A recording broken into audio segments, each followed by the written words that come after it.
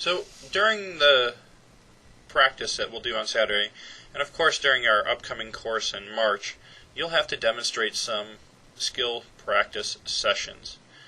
To ensure that participants are able to perform skills effectively, you must be able to observe skill performance, identify errors promptly, and provide corrective feedback or positive feedback to help participants improve their skills.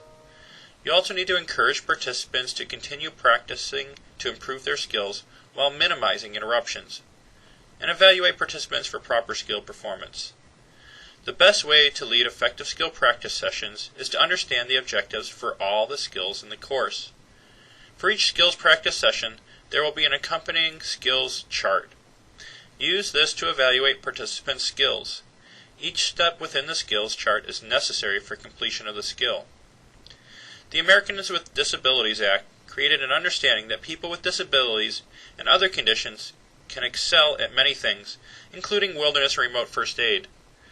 The skills used to prevent injury or to save a life may need modification, but the result is the same. This challenges you as an instructor to focus on the critical components of a skill that are needed to successfully complete an objective, rather than focusing on perfecting every facet of a skill. Always teach the standard, but be aware that participants may modify how a skill is accomplished and still be able to meet the objective. Evaluate participants' skills according to whether or not the objectives have been met. During skill practice sessions, you should continually monitor participants, watching for errors as they practice. Correct any problems you notice as soon as possible so the participants do not practice incorrectly. In order to maintain a positive learning environment, participants need to be aware of their own progress. If participants are practicing correctly, provide positive feedback. If participants are practicing incorrectly, provide specific corrective feedback. So what are some ways you provide feedback to participants during skill practice sessions? You might consider, before stating the errors, tell participants what they are practicing correctly, and briefly and directly explain the error on how to correct it. Showing the correct way to perform the skill is also helpful, as well as explaining why the correction is necessary. Emphasize the critical steps of the skill. In the Wilderness and Remote First Aid course, skill practice sessions are conducted in a variety of ways. In some skills practice sessions, participants work in groups, and others they work in pairs. In all skills practices, you need to be able to accurately demonstrate the skill for the participants.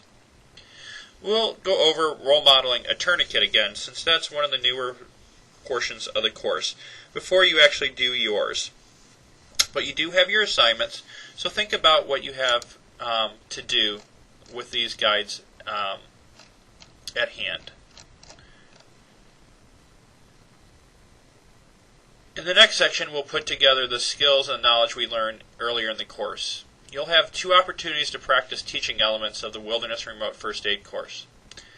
So here are the steps for the first practice teaching assignments, as I've already assigned to you. Each instructor candidate prepares a teaching session, and if necessary, arranges group members depending on an activity. Each instructor candidate conducts a session until the instructor trainer indicates that time is up. That will be me.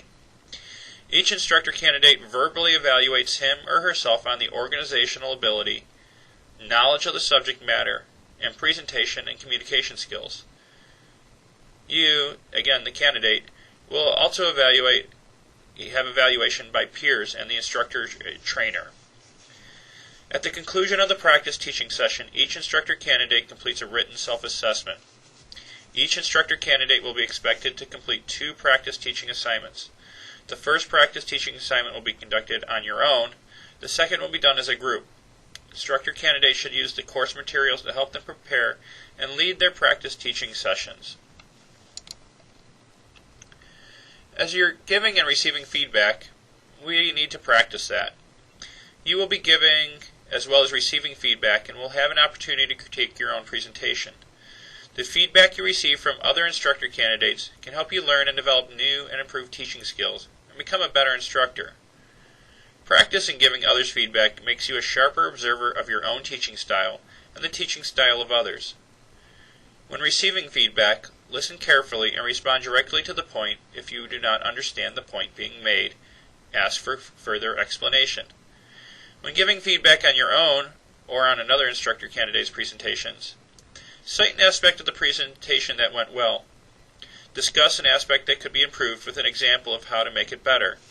And remember that useful feedback is evaluative rather than negative and judgmental. It should also reinforce positive aspects of the presentation. Focus on teaching characteristics the presenter can improve, is specific and concise, and is well timed. So again, you'll be teaching one skill that I've assigned, and then during our Saturday time, you'll develop a scenario as a group. If you'd like more time as a group to create a scenario, I'm willing to give that assignment out earlier. So just give me a jingle. All right.